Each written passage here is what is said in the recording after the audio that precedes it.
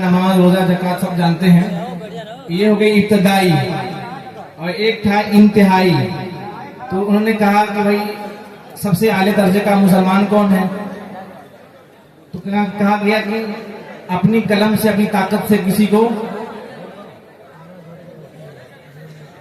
को तकलीफ न पहुंचा, उसको आले दर्जे का मुसलमान कहा गया। दूसरी चीज है, मेरा जो ताल्लुक है मदरसा एजुकेशन से है, मॉडर्नाइजेशन मदरसा एजुकेशन में देखता हूं, तो मैं दो तीन चीज तालीम पे भी डालना चाहूंगा कि जो तालीम मदरसा एजुकेशन को लेकर हिंदुस्तान के अंदर 700 करोड़ का बजट तैयार किया गया, जिसमें हम लोग काम कर रहे हैं। और उसके साथ साथ मैं एक बात बताता चलूं कि मैं हिंदुस्तान में यात्रा पर होता हूँ, सफर पे होता हूँ। तो एक जगह मैं गया, एक गांव में गया, वहां पे एक बूढ़ी नाबीना औरत मिली और मुझे वो कहने लगी कि हजरत हमारे गांव में कलमा पढ़ाने वाला कोई शख्स नहीं। उस गांव की आबादी तकरीबन 200 घर था और वो बूढ़ी नाबीना थी, वो बिलक बिलक रोने लगी, बिलकने लगी। तो हमने उस दिन का ये आहद किया कि जहाँ जहाँ मकतब नहीं है, मदरसे नहीं है, वहाँ मकतब कायम करना। ये बिहार की बात मैं कर रहा हूँ और अल्हम्दुलिल्लाह हमने कई गाँव में अंदर छोटे छोटे मकतब भी कायम किए हैं। सरकार के साथ साथ अपने निजी तौर पे भी मकतब कायम के मकतब मदरसे चल रहे हैं। तीसरी चीज है, हम कब्रिस्तान की बात करें, जो मुसलमानों का एक जो मरने के बाद कब्र में जाना है, तो कब्रिस्तान का मसला है।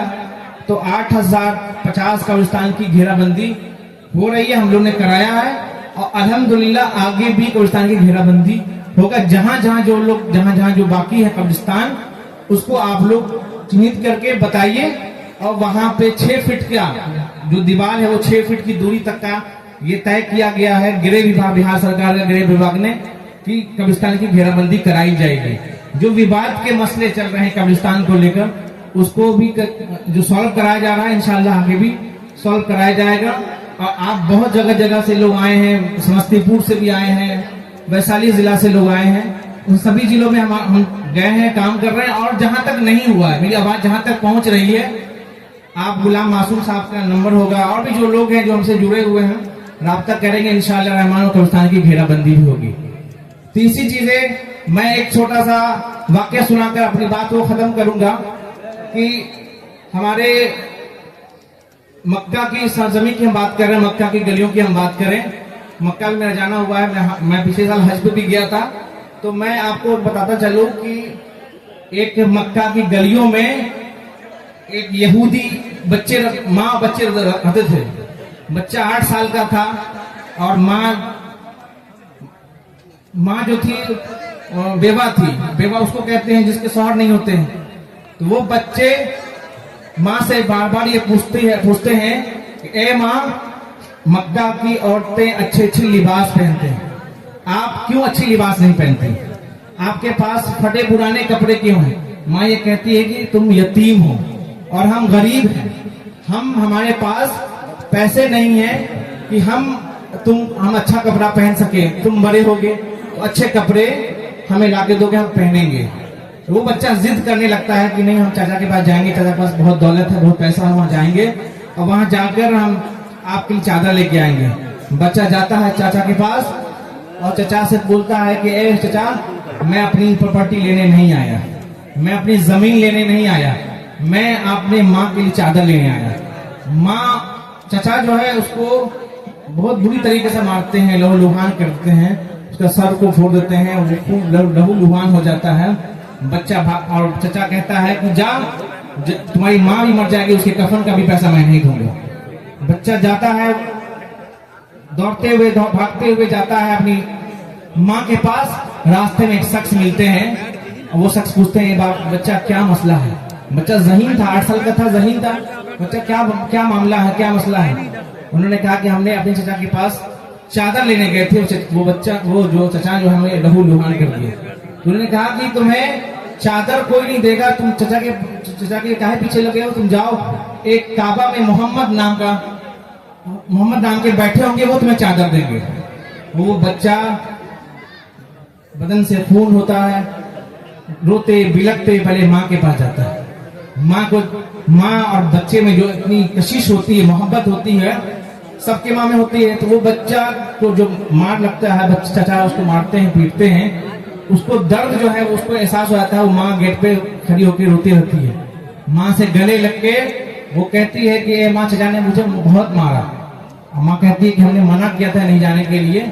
और माँ उसे मरहम पट्टी नहलाती है, धुलाती है, मरहम पट्टी करती है।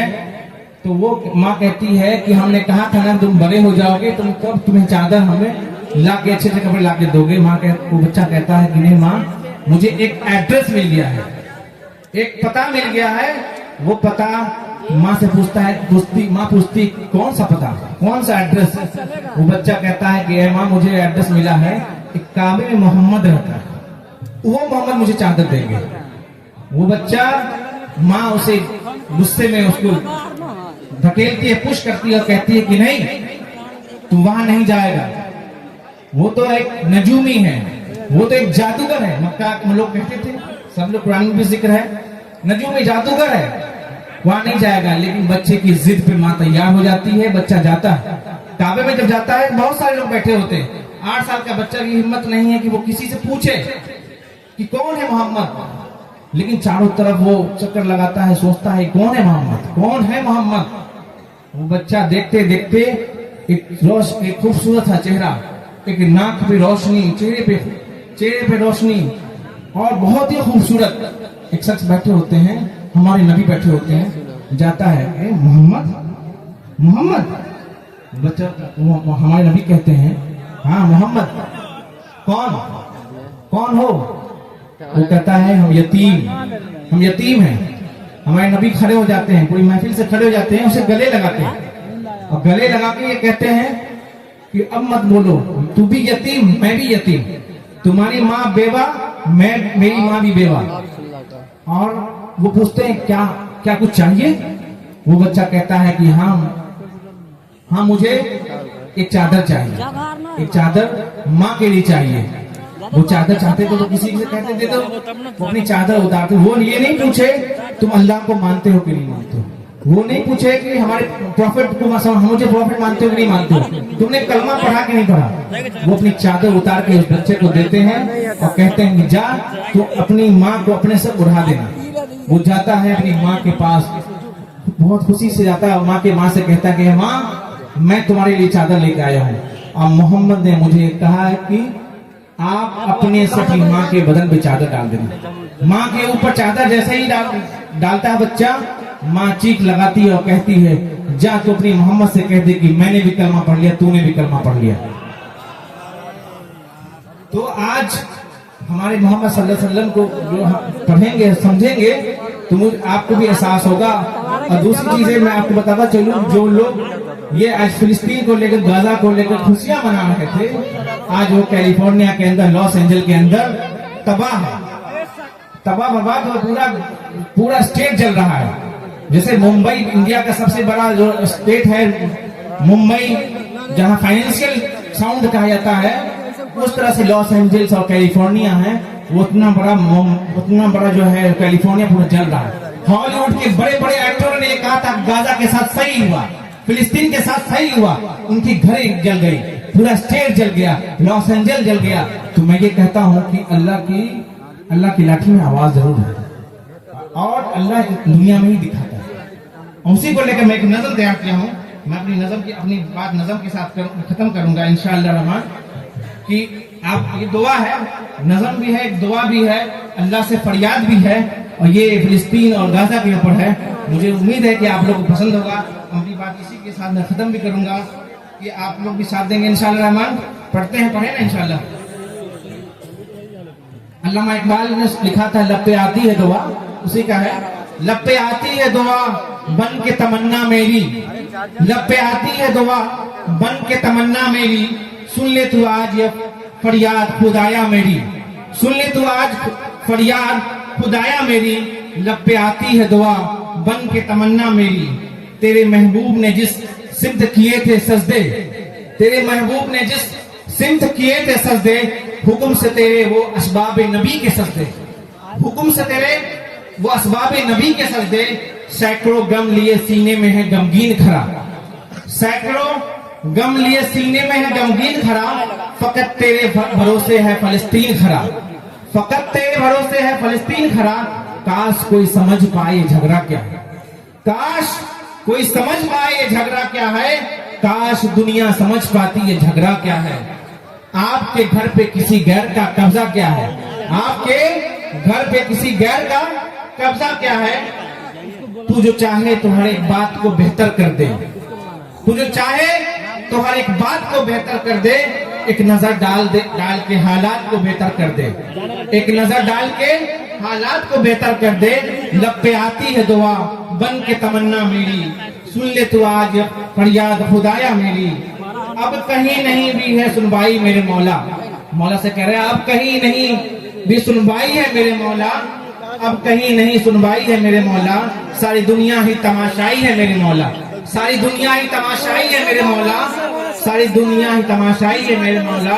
जो तेरे नाम पे लड़ते हैं अगर हारे तो, जो तेरे नाम पे लड़ते हैं अगर हारे तो, जो तेरे नाम पे लड़ते हैं अगर हारे तो, इसमें हम सब की रुसवाई है मेरे मौला, इसमें हम सब की रुसवाई है मेरे मौला। उनकी उजड़ी हुई बस्ती की सदाएं सुन ले, उनकी उजड़ी हुई बस्ती की सदाएं सुन ले। ए खुदा किबले अव्वल की दुआएं सुन ले, ए खुदा किबले अव्वल की दुआएं सुन ले।